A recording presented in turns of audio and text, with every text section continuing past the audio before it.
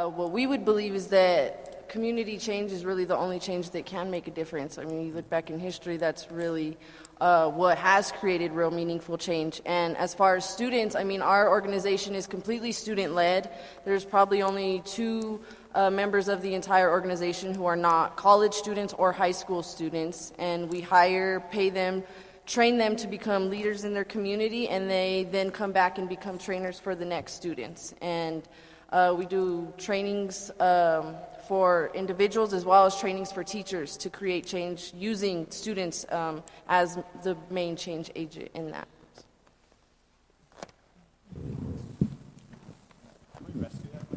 Yeah. Whoops.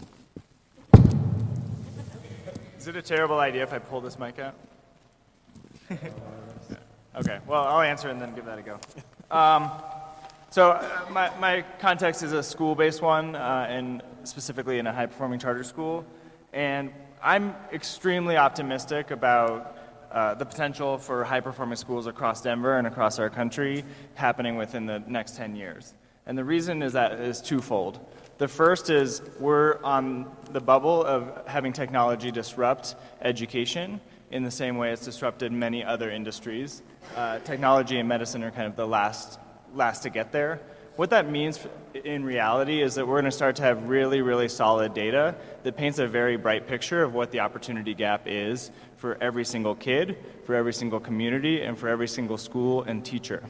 What we know is that a great teacher, if you have a top quartile teacher 3 years in a row, your statistic, that will close the opportunity gap. That will close the achievement gap in education. If you have a bottom quartile teacher for 3 years in a row, it is statistically impossible that you will go on to graduate from college.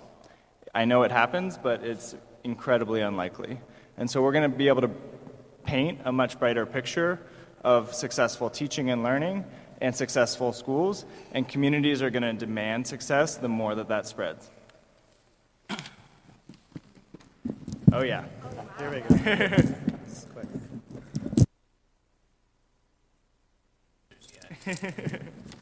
Thank you. Oh, microphone.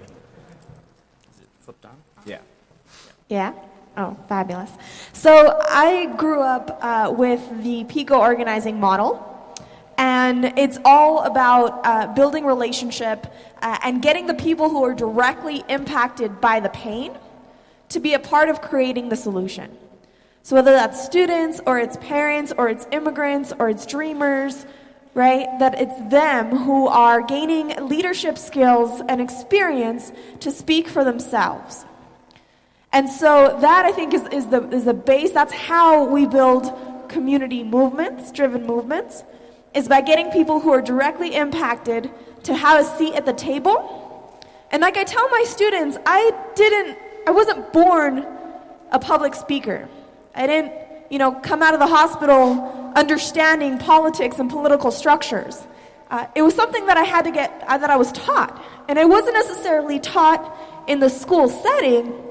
I was taught by my organizers. And so I think it's key and crucial that we look at every single one of our members of our community and see them as an asset and see them full of possibility.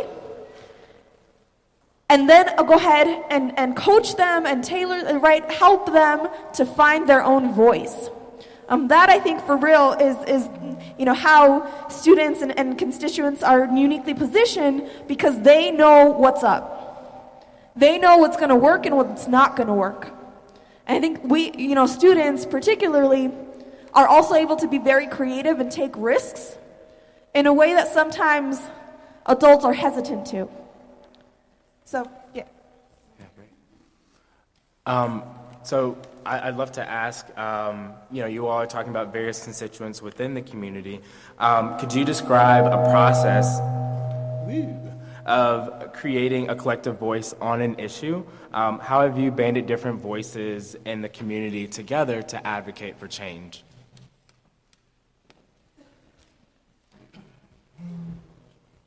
So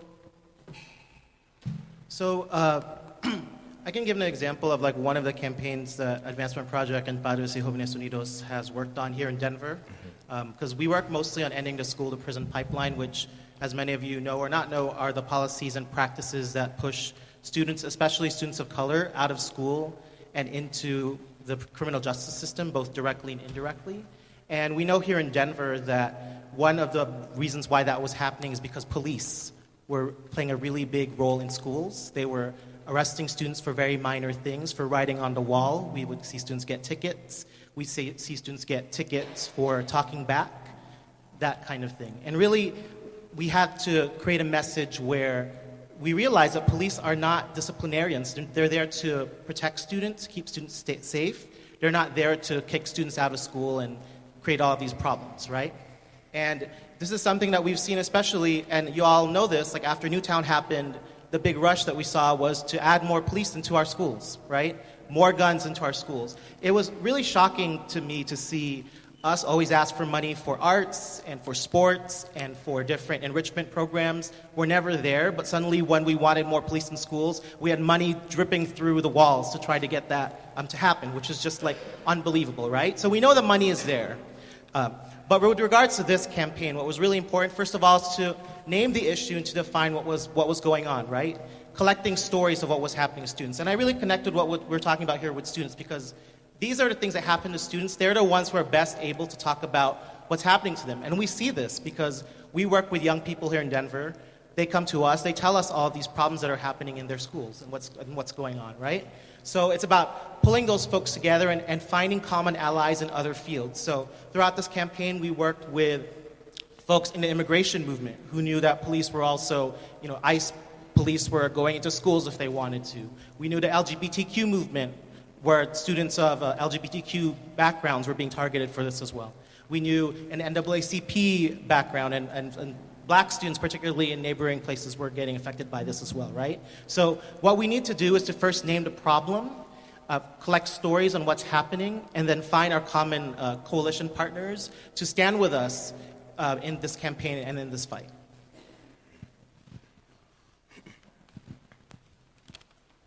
I'd love to weigh in on that because this is kind of new territory for us. We were mostly focused on, hey, let's provide a great school and do our business and then move on. But we started seeing parents as a huge lever and our community members as a huge lever to that successful change, and I started to become really concerned. What happens if Yanni, one of our little girls, leaves as a 5-year-old or as a 6-year-old? Sure, she's now advanced as a kindergartner, but she's not going to be able to advocate for herself moving into another successful school. And if Yanni's mom, Princess, if she doesn't know what a successful school looks like, if she doesn't know the communication that she should expect from teachers and from principals, then she won't really, then Yanni will no longer, and Yanni ends up in a bad school, then Yanni's going to lose that progress that she's made with us. And so we started thinking about what does parent engagement mean for us, and we broke it really into three levels of engagement. One is where it's a win to have a student show up on time in uniform every single day, and I would say 3 to 5% of our families are there, and we have very specific strategies to get there. And so when Stefan doesn't come to school, I will drive to Jessica's house and knock on the door and say, hey, Jessica, good morning. I noticed Stefan wasn't in school. Is he feeling okay this morning? And if the answer is no, it's like, oh, okay, have you made a doctor's appointment? Can I help you do that? And if the answer is, yeah, he's feeling okay, we're just tired, it's like, oh, great, let me grab him and take him back. And it doesn't take too many of those visits to make sure Stefan's in school every day. The second level of engagement that we see is parents becoming immersed into our school. And so every one of our families is part of our Family Leadership Council. And that council, that group of parents and community members said that they created mandatory volunteer hours, 30 hours a year for dual head families and 15 hours a year for single head families, because they believe that volunteerism and supporting the school is important for the school and important for their community. The third tier is advocating for successful conditions and for equitable education beyond the walls of our school, so the entire community. So Princess, who's a wonderful woman, she went to a DPS high school. She noticed, and she told me about this, that when she was 15, she noticed that all the black kids were in one classroom in this Denver Public Schools, and all the white kids were in a different classroom. And she told me that in her classroom, they were watching videos most of the time. And sometimes the videos were depicted African Americans in an unfavorable light. And so once she went to the principal to talk about this and say, hey, I have a problem with this. And after that conversation, the principal didn't go and fix the problem. He suspended Princess. So Princess, when she came to Rocky Mountain Prep, she wanted to make sure that Yanni had something very different. And last week, Princess's partner, Yanni's dad, O'Neill, was stabbed. And Princess and Nigea, O'Neill's other daughter, they were up all night. And he was in the hospital for 5 days, and Princess was with him every single day. Those kids missed 4 hours of school. And they were there the rest of the time. And Princess, when she came in, was like, I am so sorry. These girls, were up all night. I really, really needed them to be here, but life got in the way. I'm so sorry about that. The most important thing is for them to be here. And so we started thinking with Princess, and we didn't know, is advocating for change in our community something that our parents are interested in and something they see as powerful? And so I talked to Princess about it, and I said, hey, there's some important stuff happening right now in Colorado. One is Amendment 66, which is the school finance reform. I hope you guys have heard about that. I love the love. Thank you. Yes on 66. And a couple others are school board races that are happening in Denver. And so we asked Princess, is this something that you want to engage in, that you want to learn more about? And she said, if it affects Rocky Mountain Prep, if it affects Yanni's education, please let us know. Please let us get involved. We want to do this work. And so on Thursday night of last week, we had 50 or 60 folks out who were interested in learning more. We had people from Amendment 66 campaign, and we gave information about school board candidates. And Princess was leading the charge there, and they're incredibly excited. We had 100% of them commit to vote on the issues, and many, many more going out to March next week and become more engaged and tell their folks. And so when we thought about how do we create community change, we asked our community, is this something you want to be a part of, and what issues are important to you? So one of the biggest campaigns that I've ever been a part of was passing our in-state tuition bill, Colorado Asset, which on April 29th of this year, the governor finally signed in front of hundreds of students and advocates and community leaders. I'm not going to say... Right. So, and I always have trouble with that because I know some of our East Coast states have called theirs their DREAM Act. And which is really confusing here in Colorado because the DREAM Act, right, we know it at the federal level legislation. And so then there's all this messaging, confusion about what the DREAM Act is and what asset is and what DACA is, right? Needless to say, there was a lot of confusion in our campaign about how do we message what it is that we really want. And there was even some like people who within our own coalition were not in agreement.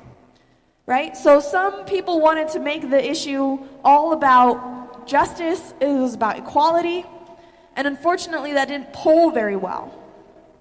So although for us and for me, right, creating a pathway to college for everybody, regardless of immigration status, is a justice issue, and obviously an education issue, but very much a human rights issue, that wasn't swaying our legislators. And it wasn't swaying the business community. So we had to frame it around economics, which for some of us, me included, I had kind of a hard time, right? When we're talking about people here, we're not just talking about dollar signs.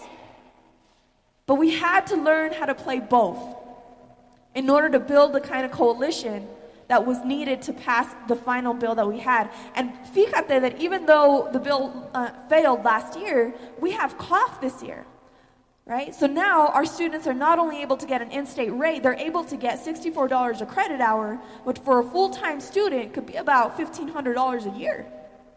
Something that they wouldn't have had in other bills. So what happened throughout our coalition is that although there was disagreements, we had to find those points of unity.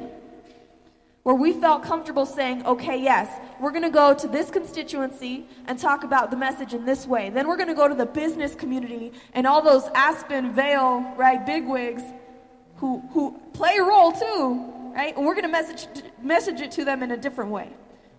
And fortunately, what was happening over the years is that we built so good of a communications platform and a messaging strategy that we got faith leaders to the table.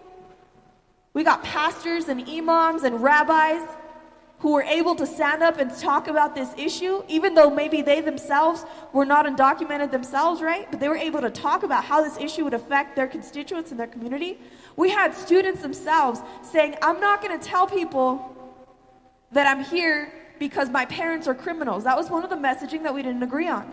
It polled really well to say that students shouldn't be punished for the crimes of their parents, but students were not okay labeling their parents as criminals. So they found a way to tell their story and that how it aligned with our overall messaging. So I'm not going to say it was easy. I'm not going to say it was quick. Right? I'm not going to say it wasn't painful. But in the end, it took all these multiple different voices, advocates, legal people, we needed politicians at the table, we needed business folk, we needed clergy, we needed students, we needed advocates, teachers and counselors from the education perspective, higher ed institutions, all collectively saying the same thing. We need this piece of legislation. And that was the only way that we were able to get it passed.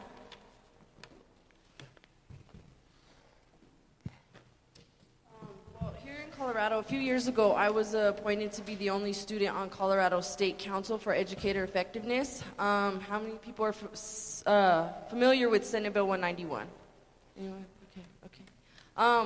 For those who don't know, it passed in 2010, and it is Colorado's Teacher Effectiveness, Educator Effectiveness Bill.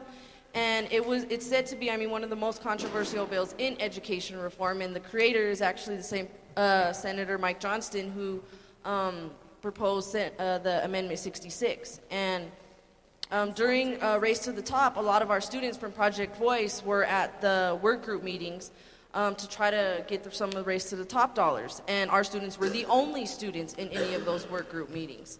And because of that, right after that, when Senate Bill 191 passed, what it is we created a complete new statewide evaluation system. And there's new requirements. One major thing in it is that educators and principals will be evaluated now once every year, whereas in the past, teachers were only evaluated once every 3 years, and it was either they were effective or ineffective.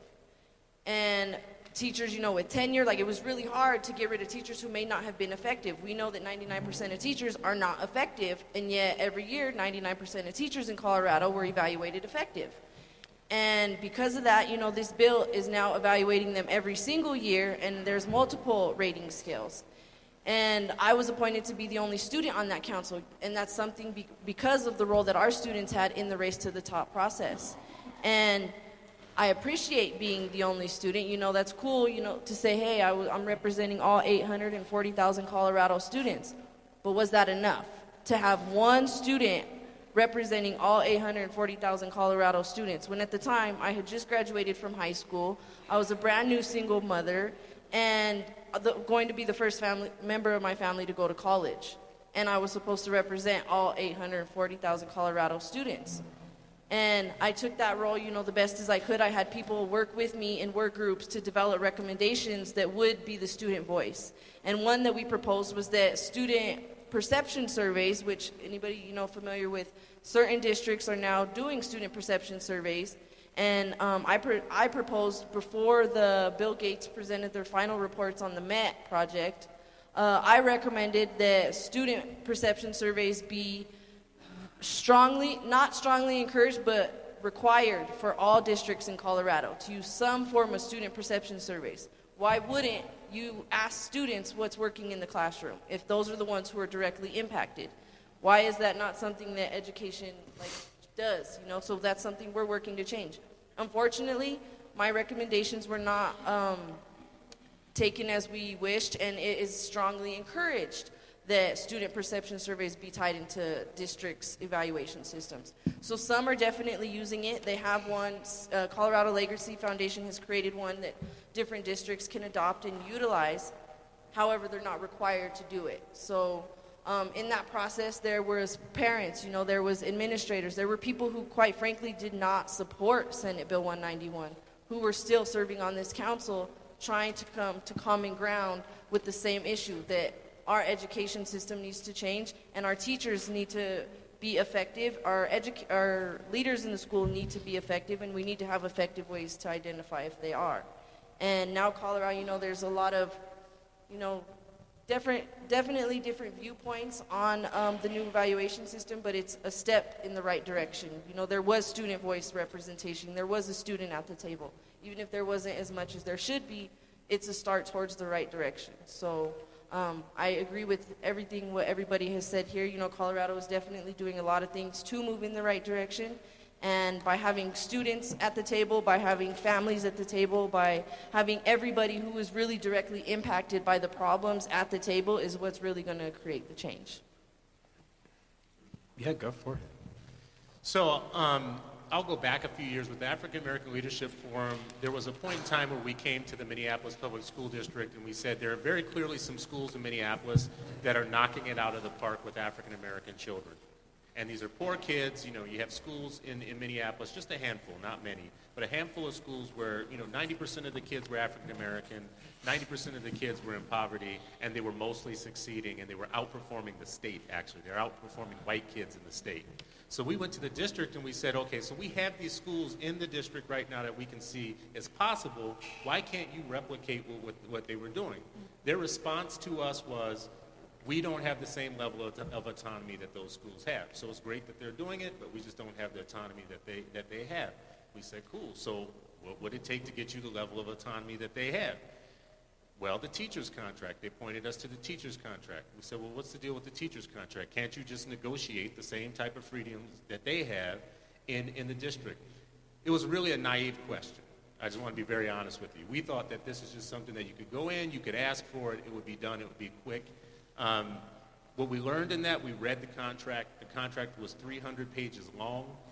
To give you kind of a comparison, St. Paul, which is the district right next door, theirs was like 80 pages long, and most of the districts were like 52 pages.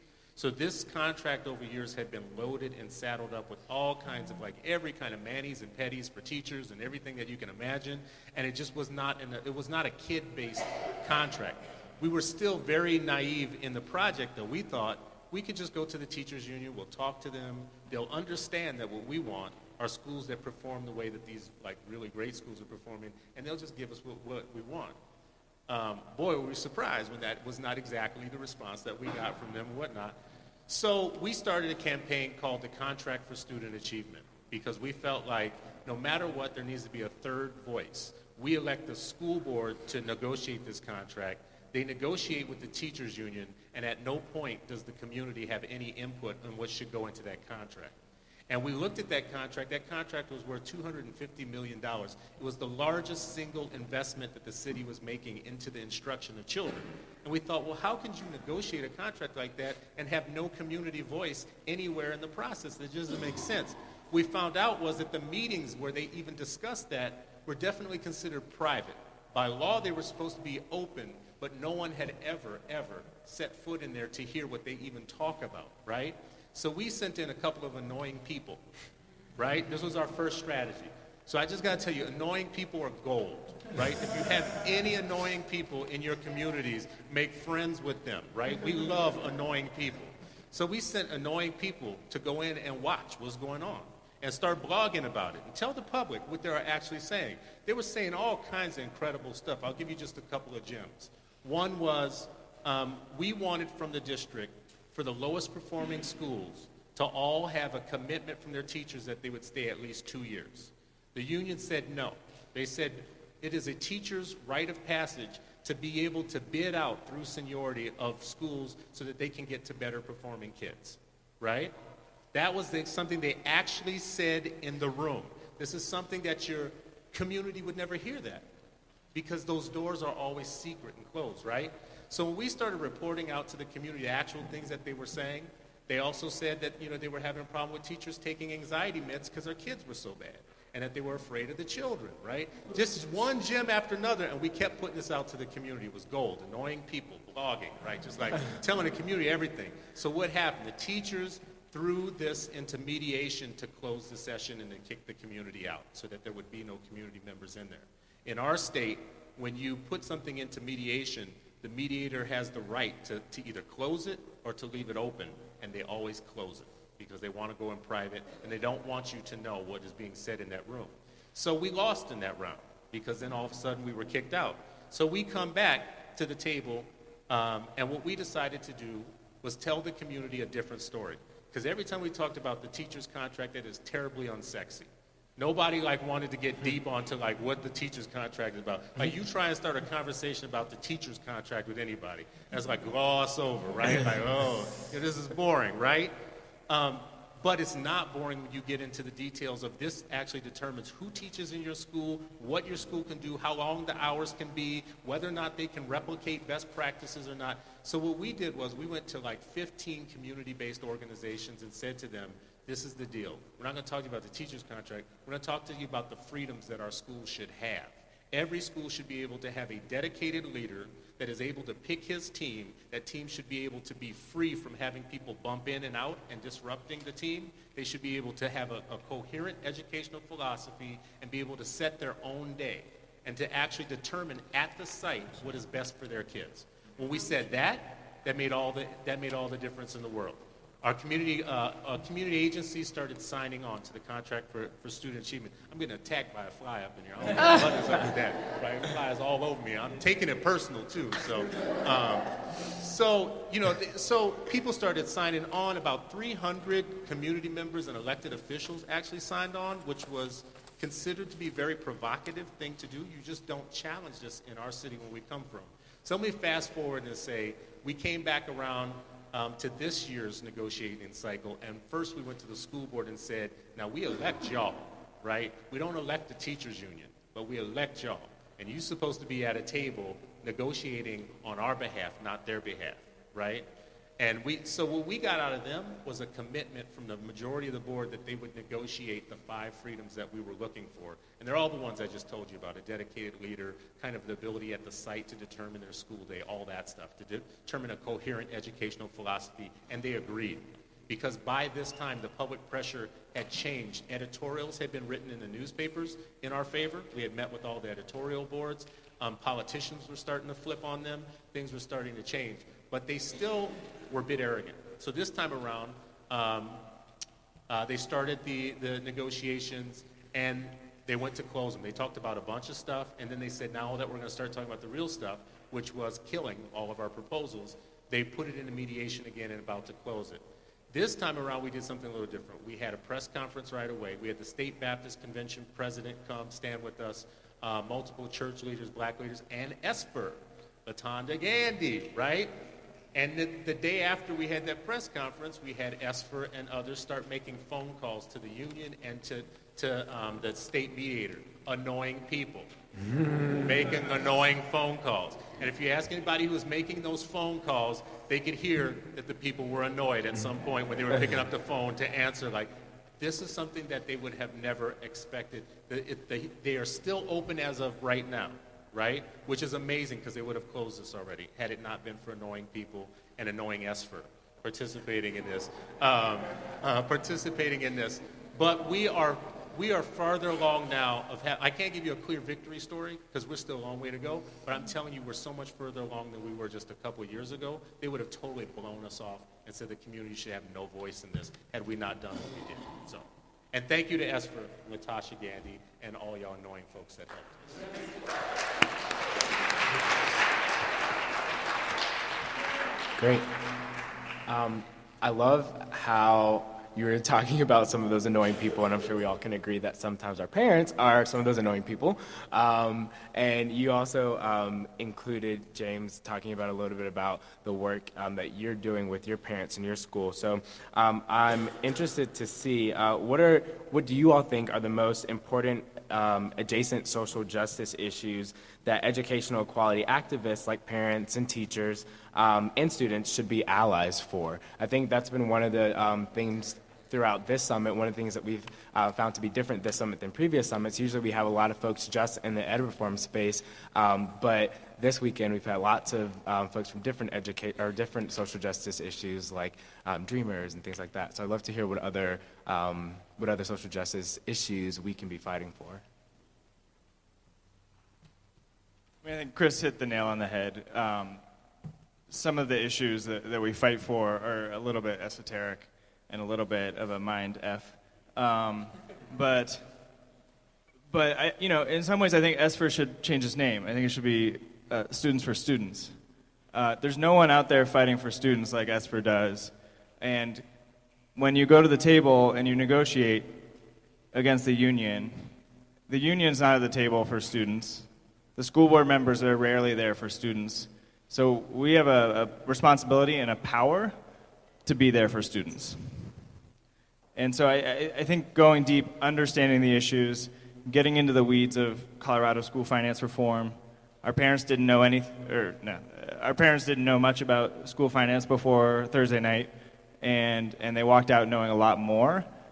And something I loved was what Cliff, one of my favorite parents that we have at the school, Cliff was grilling the woman there from Amendment 66. He said, "Is all this money for K-12, or is this going to other places?" She said, No, Cliff, it's all for K-12. And then he said, "Well, is all that, is money going to go straight to the schools, or is it going to go to the district?" And no, Cliff, it's going to go to the schools. And is all that money going to come with a lot of strings, or is James going to be allowed to do what he wants with it? Which I liked. And she said, no, the principals, we're going to empower leaders, we're going to empower teachers, we're going to empower, more importantly, community to really decide what's going to be most effective for using that money to making a change for kids, because that's what it's all about. So, S for S. So I come from Together Colorado. That's kind of in my bio. I've recently transitioned out, and as of Monday had resigned. So that's why I now go by my other title with HIA. And our organization works on a variety of different issues. We're working on a Lifelines to Healing campaign right now. I speak as if I'm still there because I've been with them for so long. But Together Colorado, I should say. And the reality is that our families are not only dealing with a broken education system, they're also dealing with lack of access to health care. And they're also dealing with being pulled over because of the color of their skin. Or they're also dealing with, all of these multitude of different issues. And so that's what, Together Colorado really tries to do is, okay, so what are the multitude of different issues that our community cares about, and how can we start to form committees, right, and groups that are working towards those different ends. So we have a healthcare committee, we have the Lifelines to Healing, we did a huge, and still talking as we, man, I'm sorry if I keep doing that, it's inevitable, I'll probably be doing that for a while. Civic engagement, knowing who can vote and how to vote, and the power of the vote and how that's important, right? Civic engagement. They do a lot of healthcare work and immigrant rights, right? So looking at how now that we have more and more students gaining in-state tuition rates, how do we ensure that when they graduate from college that they can actually use their degrees, right, in careers and in fields that they've been preparing for and that they enjoy and are passionate about. So we work on, and we understand too, and because I'm able to see and work on these different issues, see the intersects between them. So if you have a sick kid, how are they supposed to sit in the classroom and learn, right? Or if you have your parents who are about to be deported, how are you supposed to concentrate on that exam?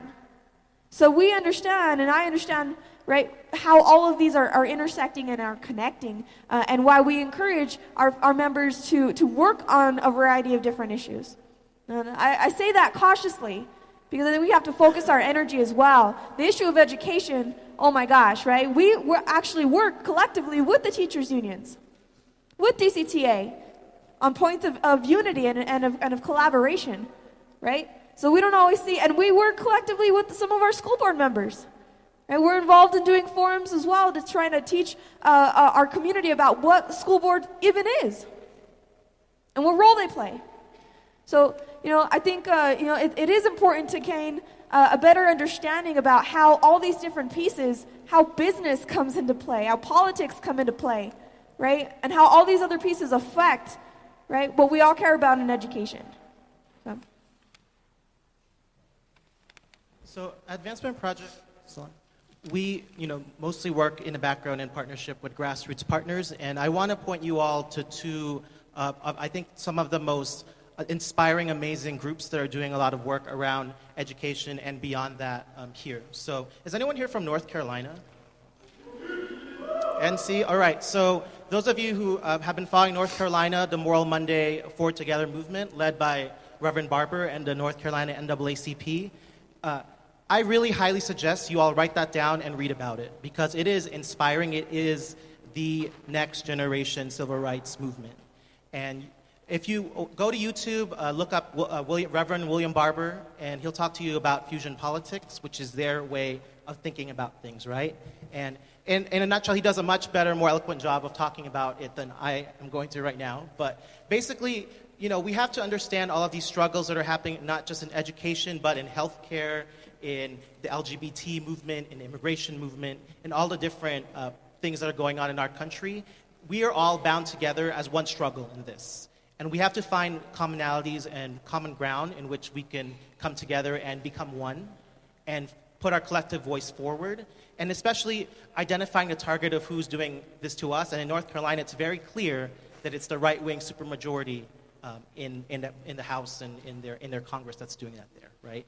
So read about Moral Monday, which has been written about a lot because that is one of the most inspiring sort of social movements that's happening, in which you will see folks from these various fields marching together under one message and banner about this. And then the second group I want to talk about is anyone here from Florida?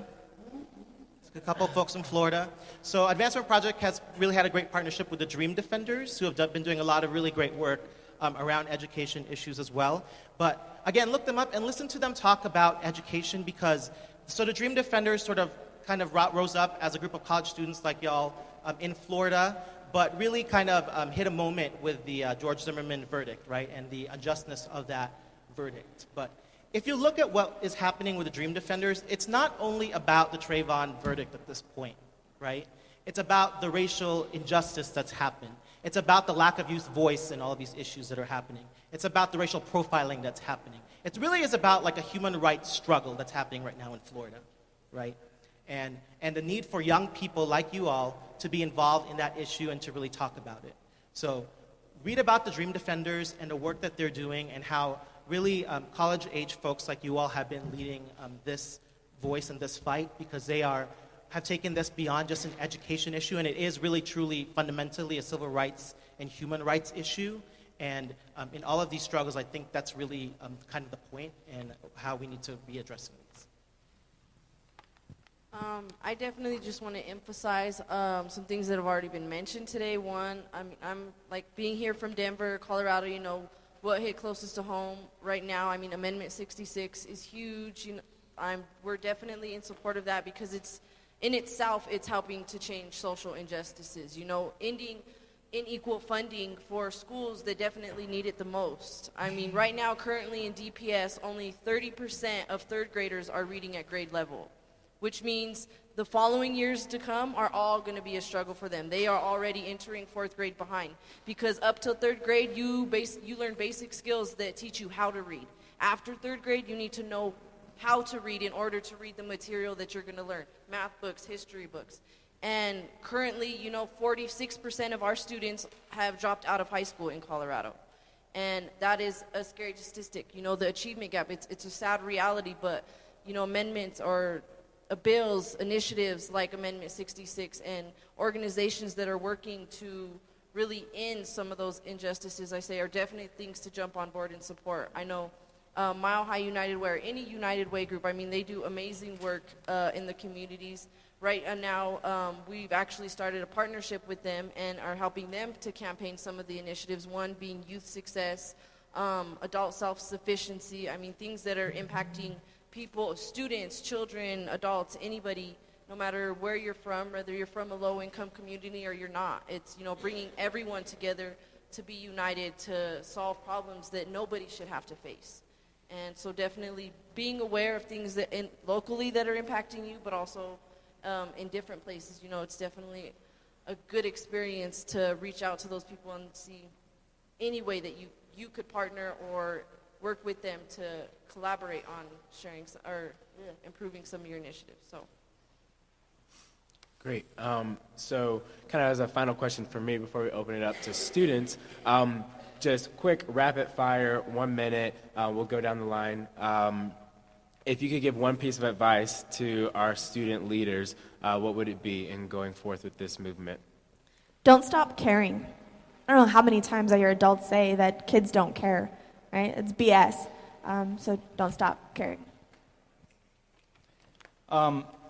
A little bit on the last question. What policies are we out there that we should be supporting? I think we need to think a little bit less about policies and specific things. I mean, those are obviously important and keep fighting for those, but we need to change the story. Right now, the story about our kids and our community is not a story that speaks to who they are, to how powerful they are, and to how powerful our parents are.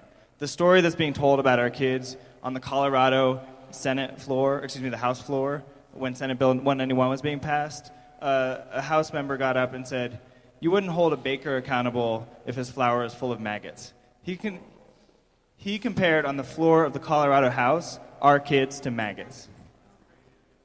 We need to change the story.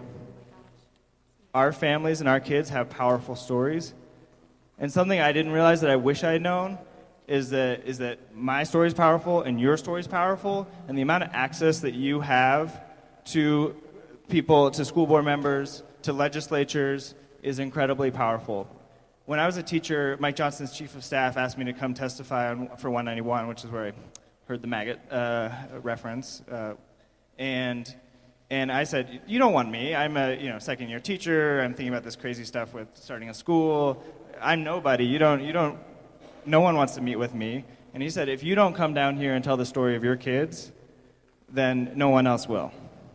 And so that's why I went down, and that's what you all need to do. What I would tell you all is that just really to make your thinking as sophisticated as possible on this issue. As you heard me talk about, we work primarily on a school-to-prison pipeline, and really when we talk about that, that's not just about, try to unpack that a little bit, right? The school-to-prison pipeline is also about private prisons wanting to profit off of our children. It's about the systemic racism that still exists in the various institutions that are out there. It's about these policies and practices that have trickled down from all these zero-tolerance rules that happen, actually a lot from what happened here in Columbine in the 1990s that came into our schools. It's about us actually not investing in teachers, in giving them the resources they need to support our students. It's also about not investing in public education. Those of you from Chicago, Philadelphia, DC, you know that they're closing down our public schools, right? And so suddenly we're moving to this privatization movement. What is that about? Really to break down and unpack everything that's happening, because I think when you do, we can discover that it all comes from one source, and we need to really roll it back and think about what's important, which is our young people, giving them what they need, our communities, making sure we invest in them, and making sure that the whole child is educated in our schools. I would say definitely first continue to cultivate your own leadership, but as well create new leaders. And that's something that my organization really works hard to do, is we recruit emerging leaders, people who are on the outskirts, people who are disengaged students like I was once, or dropping out of school, or really have no type of support from home. Create new leaders out of those people, because those are the ones who really are impacted the most, and those are the ones who have the most grit and will take it as far as possible. And in that process, I'd say, anybody who knows 4 Agreements? Anyone? 4 Agreements, if you don't know it, definitely read that book. It's by Don Miguel Ruiz. And I'd say demonstrate these 4 agreements, but also spread them, spread the awareness of it, and teach people to try to live by them, which is be impeccable with your word, don't take anything personally, don't make assumptions, and always do your best. And if that's something that every single person tried to possess and utilized, this world we live in would definitely be in a much better state. So, pass it on. That was hot. I like that. I don't know that I want to follow that. So, at the start of this, I would say think critically. Dig into the issues and think very critically about them. This thing about the privatization, I just have a little different spin on that, is the publicization has not worked out for us either, right? So public prisons are not a good thing either, and there are people profiting off of those too. I want to be very clear. When we tried to reform prisons in California, it was the public unions of prison officers that actually stood in the way of reform of California prison. So don't get fooled on this. And the public schools in Chicago, many of them should be shut down. They weren't designed for us or by us or with us in mind, and people have been profiting. Chicago public school teachers send their kids to private schools at 4 times the rate of the public. This is something we need to think through when we get this privatization message. So be shrewd consumers of all this message, because this school reform argument is very much a white-on-white crime argument, and as people of color, many of us have to stand back and be shrewd consumers of all the players, because they all have something to gain in it, and we are not always the ones that are winning that discussion. The last thing I will say is there's a database of schools in the United States that are getting it right with our kids. They're teaching poor kids, kids of color. There's 2,500 schools I could point you to where you can see it actually happening. I want you to know that if it's not happening for all kids, I would just ask you to fight like hell until every kid actually gets that. And keep asking the question. It is possible, it's not happening, why? And then fight like hell to get an answer to that question. I love that. Thanks.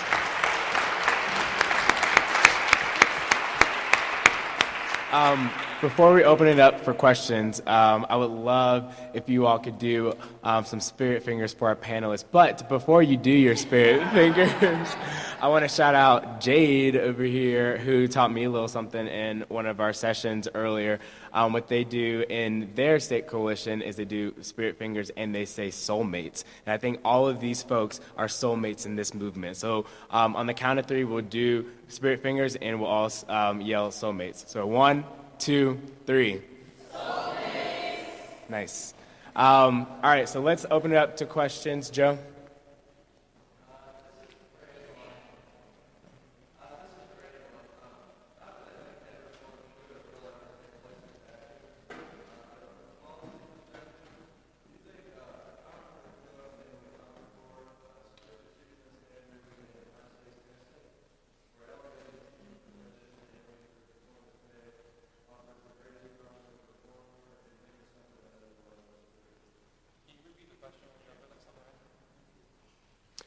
Oh gosh, okay, I have the job of summarizing the question.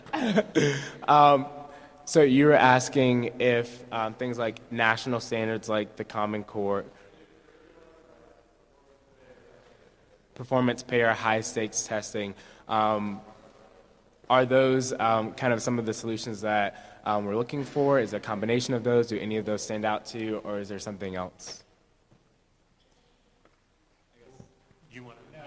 So I'm going to just take a quick stab at this and then hand it to the educator there who's actually working on a school and just say that each one of those is so different that you can unpack them differently. Like the Common Core would be one thing you can unpack differently than merit pay and a couple of these other ones. So I will just say this much. Nationally, we need to know how kids are doing across the board. We need some sort of standard that can actually be measured from Mississippi to Minnesota, from the West Coast to the East Coast, to just know how our kids are doing. We need our kids to be reading in 3rd grade. We need them to be kind of numerate in 8th grade. We need them to graduate from high school. But we need some sort of standard that lets us know that across the board. Common Core might be it, may not be it, but I'm just saying that's one issue. The merit pay and all those other things, I'm actually a person who believes we need many different types of schools. We don't need this kind of like communist uniform, do one thing, one size fits all for everybody thing across the whole country in merit pay and all that. Let me set my pay and let this guy set his pay and let us have at it for talent. Quick clarifying question. Is it jazz hands or spirit fingers? Spirit fingers. Okay, got it. Whatever you're feeling. Just kinda go with the flow, you know? I hope I won't be bastardized for my jazz hands earlier. I would agree with Chris. I think that out of those, I'm most excited about Common Core. The anti-Common Core argument is that it raises the bar too much and expects too much from our kids. And when that's the argument against, then I'm like, sweet, yeah, we need to do that. The other piece is merit pay. I believe it's important for our school. I also agree with Chris, right? We need to empower leaders to run their schools the way that they see fit and let them compete for talent. So I know you guys heard from Chris Gibbons. If I had $1 for every time we were going after the same teacher and trying to, okay, what's Chris offering you? Then I'd be slightly wealthier than I am. But it hasn't been shown to move the needle in a dramatic way. And standardized testing is only as good as the caliber of the test. So I'm extremely excited about having some rigorous assessments that are tied to Common Core that I can compare a teaching candidate's kids from DC and compare that to how our kids are doing and how our teachers are doing, and also compare our kids to kids in DC and make sure that we have a common assessment. So yes, if I send a kid over to DC, I can feel confident that they're getting a quality education, or no, if I'm not moving the needle enough. The only thing I would add to that is I agree in that we need a diverse option, right, to choose from for our parents and our families. So if a student who's really gifted in the arts may not do well at a science and technology school, they may not, right? So not only having these options in our local community, we're sitting in a DSST school here, right? But also being able to engage parents and families in those discussions. And parents, I would say, at an elementary, kind of into middle school level, and then, let's be real, the students themselves in middle school and high school level, right? That even though we create these policy changes and create these options, our families are not going to be able to access them if we're not also, in conjunction with policy, right, doing the grassroots organizing work to help train our community members on how to access those resources and choose what's right for them. And I agree with that, but right now, it's not the flavors of schools that are the issue, it's the quality of schools. For every 10 schools that are out there, despite the flavor of arts or tech or computers or whatever, only one of them in Denver is getting it done in terms of quality. And so parents are seeking those out, like DSST, like Strive Prep, and like Rocky Mountain Prep. And so the flavors right now, I think it's a great ideal to go for, but right now we have to fix the quality problem. So I specifically want to address high-stakes testing in regard to the school-to-prison pipeline, because basically high-stakes testing has helped create the school-to-prison pipeline. So I'm not going to sit here and tell you it's a good idea. I think it's a horrible idea. And really, what we see is that teachers, as you guys have heard, start teaching to the test, right? And students are not getting the kind of rounded education that they need. Teachers are really stressed about, wanting to meet up to these various standards and measures of their supposed success and how they're teaching their students. And it's really been creating a huge problem. And what we see, at least from a school-to-prison pipeline field, is that these tests, what they do is they make teachers really stressed, and as a result, teachers have no recourse but to use zero-tolerance policies to push students out. And therefore, those students lose that part of the education. I think one way I want to connect this for you all, part of what I'm telling you to make your thinking more sophisticated on this, is what the role of charter school is with high-stakes testing, right? Because a lot of what charter schools are built on is the fact that, we are scoring much better on these tests than public schools are doing in many of these communities, right? But if we really unpack what's happening there, what happens is that once these schools are doing these tests, they see the students who are not performing. What happens is they push them out, and they end up in the school-to-prison pipeline. They'll go down to the public school, and that's what's going to happen down there, right? And so this is what we see in a lot of communities, and I know folks up here will disagree with me, but this is what we've been working on this issue for 10 years that we see is happening, right? And so we need to think, I agree that we need to think of ways to assess our students in a very well-rounded way, but high-stakes testing is really perpetuating that school-to-prison pipeline that we work on, and it really is a big problem. Ooh, so this is gonna be some fire on the panel. So what we'll do some fire, yeah. What we'll do is Chris, I'll let you kind of have a comment really quickly. And James, also a very quick, brief comment so that we can get to another question, but love the discourse. So forget everything you just heard. My quick comment. Right. Okay, so look this up, right? I want my child to pass the test. And the thing that will make that happen is good instruction and good teaching.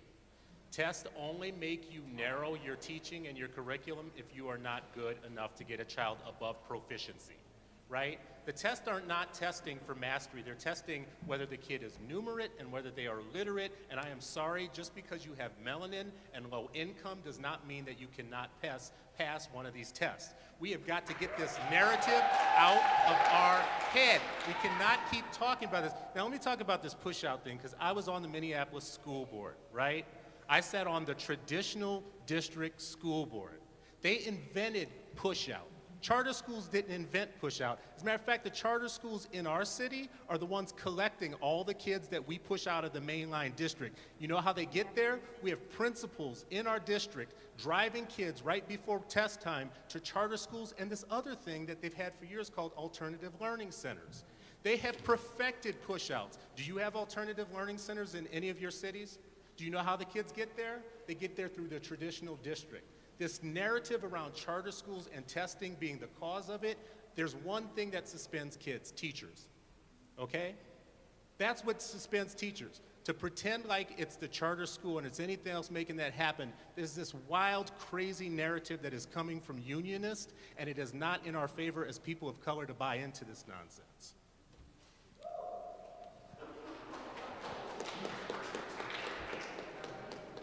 So I get my couple punches too.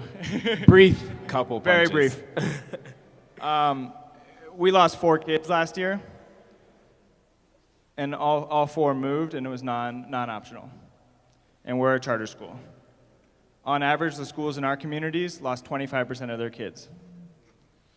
And so you have to compare apples to apples when you talk about retention. I'm not going to go argue for every single charter school, or I don't think charter schools are a panacea. I don't think district schools are a panacea. I don't think innovation schools in Denver are a panacea. I think great schools and great education is a panacea, and I don't care how that's happening, but it needs to happen, and everyone needs to fight for it. The second thing is, my wife's a doctor, and I have never, ever heard her come home and say, that MRI machine is causing every single problem in our medical system.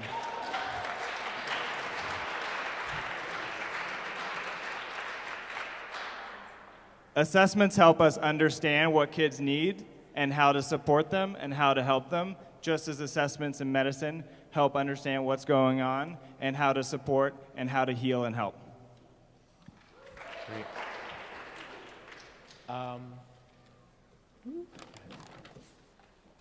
Yeah.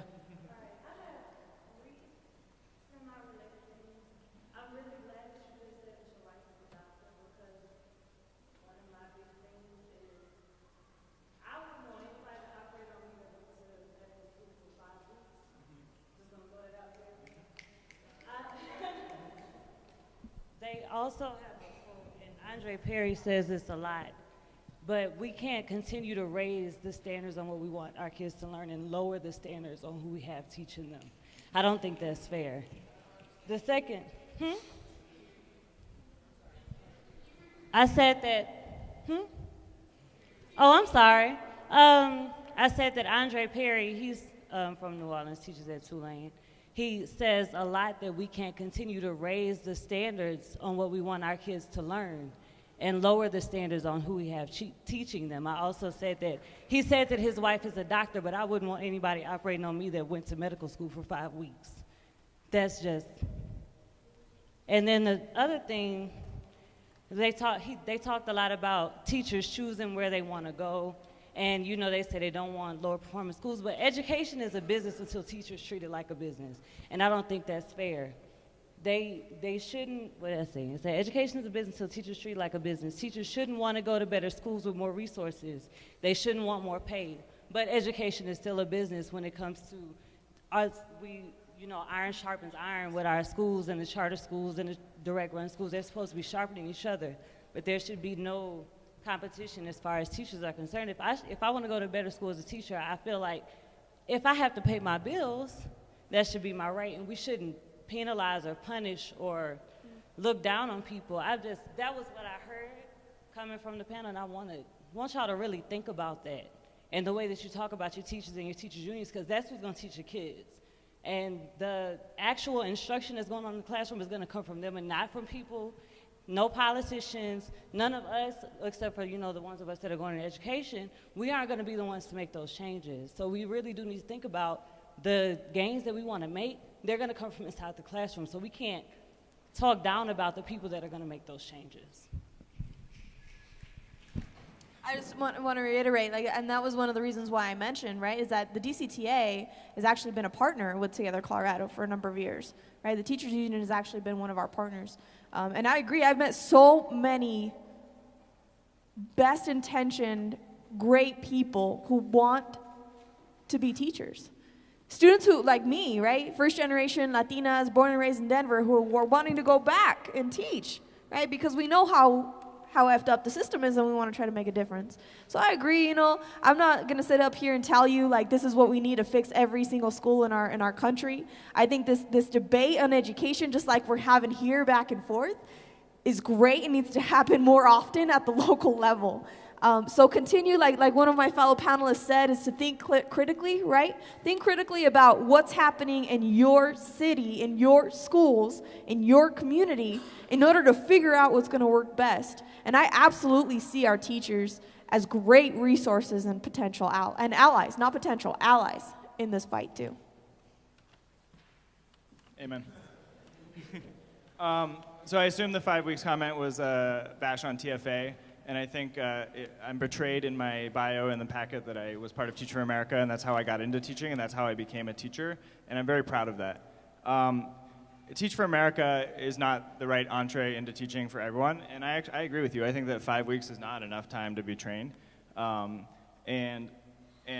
when we look at the most rigorous study of how does Teach for America perform against all the other teacher pipelines, there's a Mathematica study released, I think 3 months ago, that showed that Teach for America teachers receive 2.6 months more gains in math every single year than compared to all the traditional peers. And so if that's happening with 5 weeks of training, what's going on in the schools of ed that they have 4 years to teach people and get them ready to be successful, and they're getting outperformed by folks that only get 5 weeks of training? I think that's a problem.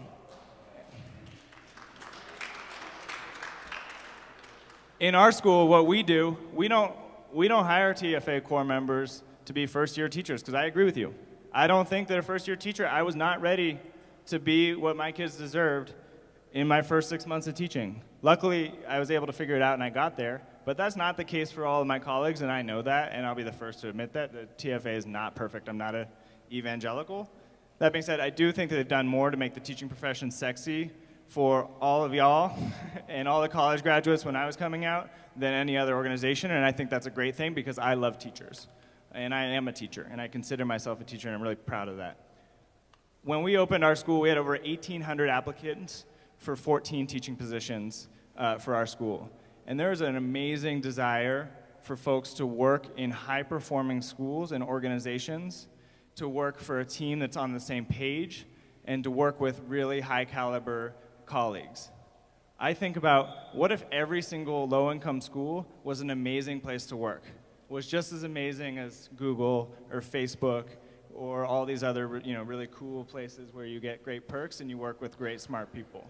That's what we all want to do, and that's what we need to transform. And so what we do with our new folks coming in and our TFA core members or other first years is we put them through a fellowship, which is based on the medical residency model, and they get twice a week professional development targeted to them. They get twice a week observations. They get coaching and feedback sessions at least twice a week. They can get more if they want. And it's a gradual release of responsibility to give them the skills they need to be one of the best teachers in the country, which is what our kids deserve.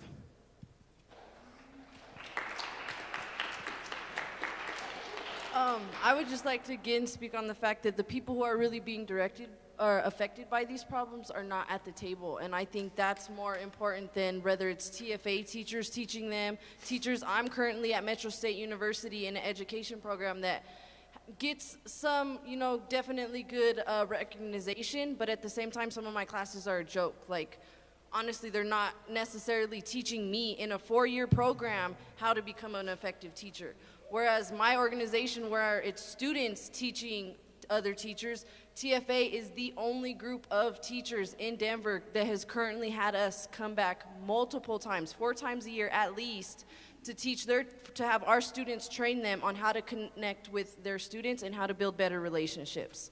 And the teachers in programs who have master's degree or who are in our schools with master's degrees aren't asking us to do that. And our school board here in Colorado, how many people out here are familiar and know if their school board has a student on their school board who is a voting member? Why? Like, why is that the case? Why did nobody raise it? Why is that fair? Like, how are these decisions being made by people but not with the people who it's directly impacting? And I'd say that's the bigger issue that really needs to be addressed.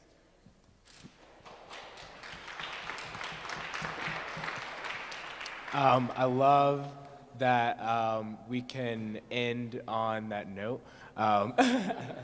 on really talking about how students should be the ones at the table. Of course, that's what we're all about, and that's why we're here. What I'd love to do to thank our guests, I think each and every single panelist really illustrated all of our core values. So if you all, on the count of 3, once again, could yell out the core value that you think that these folks illustrated best, that'd be great. So on the count of 3, yell out a core value. We'll give them a round of applause to thank them. 1, 2, 3. Love it. Thank you all so much.